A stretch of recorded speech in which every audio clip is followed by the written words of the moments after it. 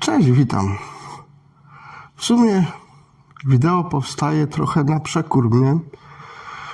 Dlaczego?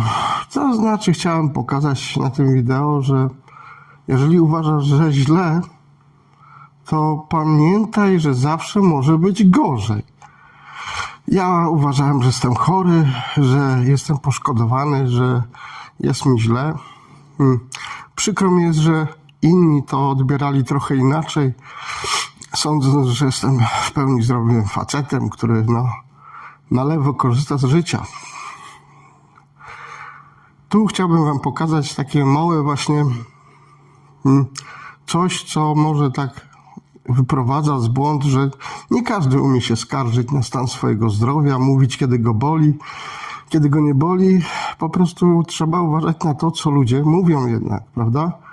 Bo nie każdy umie okazywać swoje słabości, płakać na zawołanie albo na przykład udawać martwego, jak się ma 38 gorączki. No, ja taki trochę nie jestem.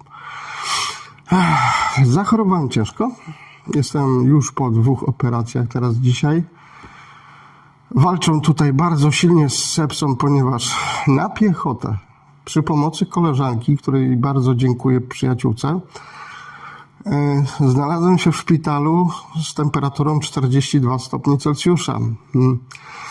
Na izbie przyjęć było szok i niedowierzanie.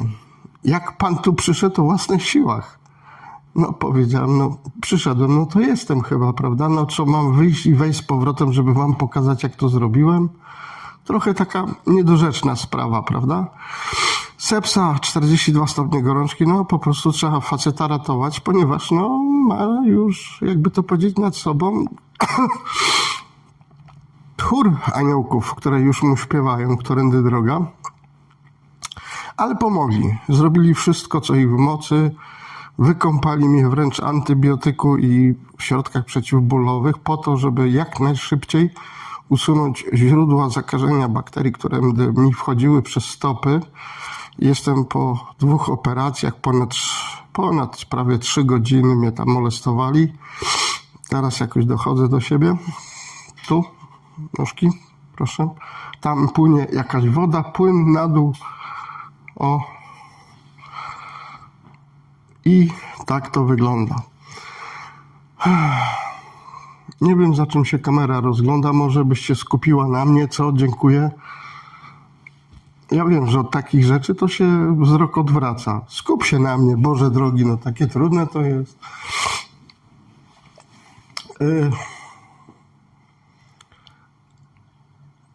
Więc jeżeli czasami ktoś wam mówi, że jest chory i nie po to, żeby żądać jakiejś pomocy, czy jakiegoś takiego zwrócenia na siebie uwagi, tylko po prostu mówię czasami, że jestem chory i po prostu nie wszystkie rzeczy mogę wykonać w tak sposób sprytny, szybki, jak robiłem to kiedyś. A ludzie myśleli, że głupoty opowiadam. Okej. Widzę, że po prostu czasami, żeby komuś coś udowodnić, trzeba po prostu umrzeć, tak? Szkoda, że ludzie tyle nie wymagają w drugą stronę. Sami od siebie tyle nie wymagają. Dzisiejszy dzień i wczorajszy dał mi tak sporo właśnie do myślenia na ten temat i chyba moje podejście do nie streamingu całego grania, bo z tym nie skończę, ale coś się chyba we mnie zmieniło przez ten moment i chyba będę jakiś bardziej inny, będę bardziej dziwny, wiecie? Tak myślę, że to będzie. Może gadam od rzeczy, może jestem jeszcze po narkozie, oczy mi się otwierają, zamykają na przemian. Praktycznie chcę to nagrać, bo chcę się sam z siebie później pośmiać.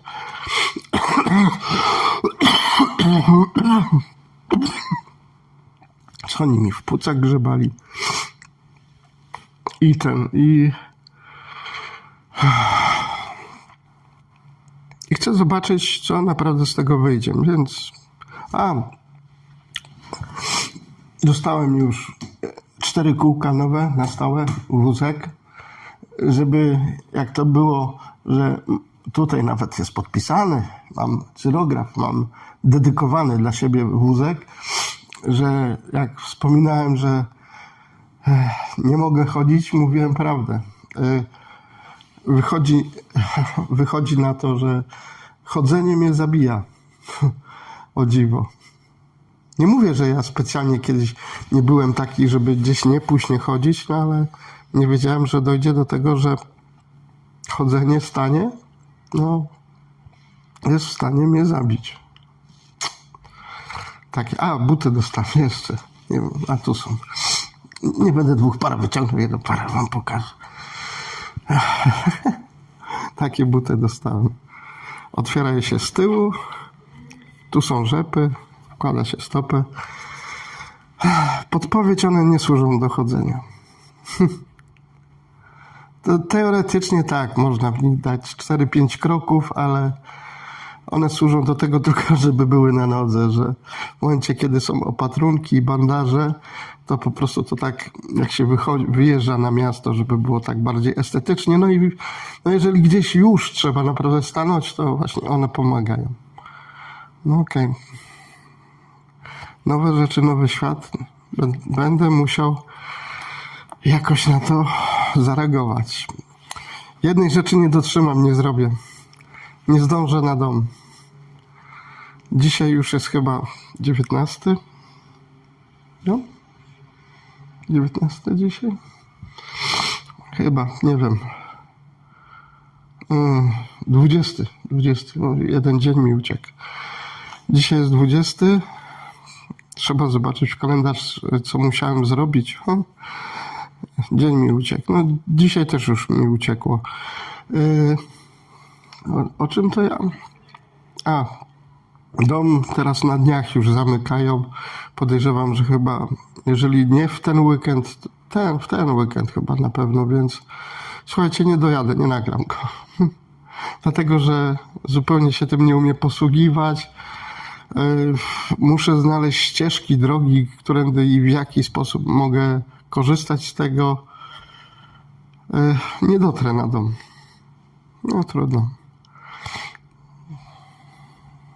Albo gdyby się znalazła jakaś dobra dusza, która by mnie tam potrafiła przewieźć, to wtedy tak.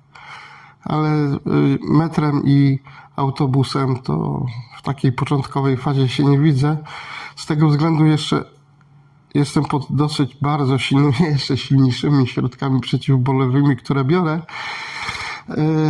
Jestem jeszcze pod wpływem tych środków operacyjnych, więc nie wiem, co mnie czeka, kiedy one puszczą, nie? Coś tam się dzieje, ale do końca nie wiem co. Nie wiem, po co mi ten dren założyli, tą rurkę. Coś... Jutro ma być siostra polskojęzyczna na zmianie i ona jest taką starszą siostrą przełożoną medyczną. To poproszę ją, żeby mi tak dokładniej to wszystko przetłumaczyła. Znacie mnie, palę papierosy.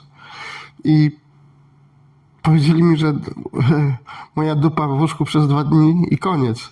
A to jej powiedziałem, że to jest niemożliwe, słuchajcie. To nie ma szans po prostu. I po prostu gdybym przed operacją wiedział, że mi dren założą, chociaż tu nie ma problemu z tym drenem, już wam pokażę, o co chodzi. Ponieważ z operacji tak wracałem, więc wiem, że to można tak zrobić. Nie ma z tym żadnego strasznego jakiegoś halo.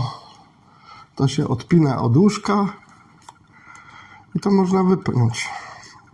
Bo to ma baterię, po prostu jak komórka. Kurza dupa, ale śpię, ja pierdzielę.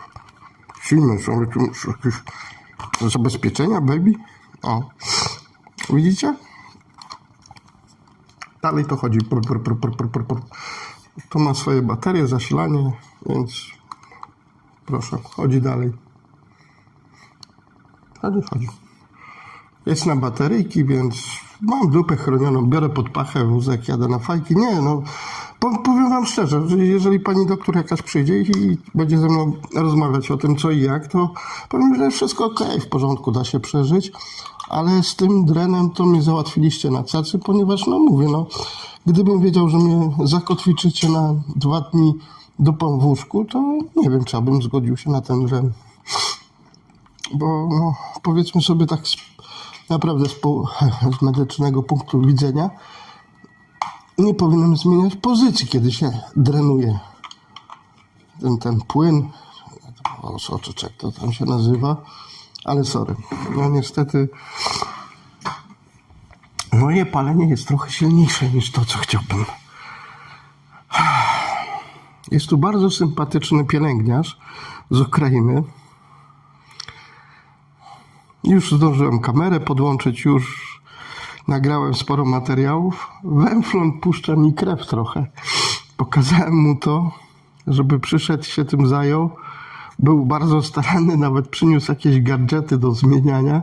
Postał, pokręcił się, no coś powiedział o siostrze starszej, przełożonej chyba i uciekł. No już go 20 minut nie ma. Dobra, to tyle. Już obiecuję, że więcej nie będę już narzekał przed kamerą. Ani na YouTubie też nie szukam żadnego wsparcia, ani współczucia.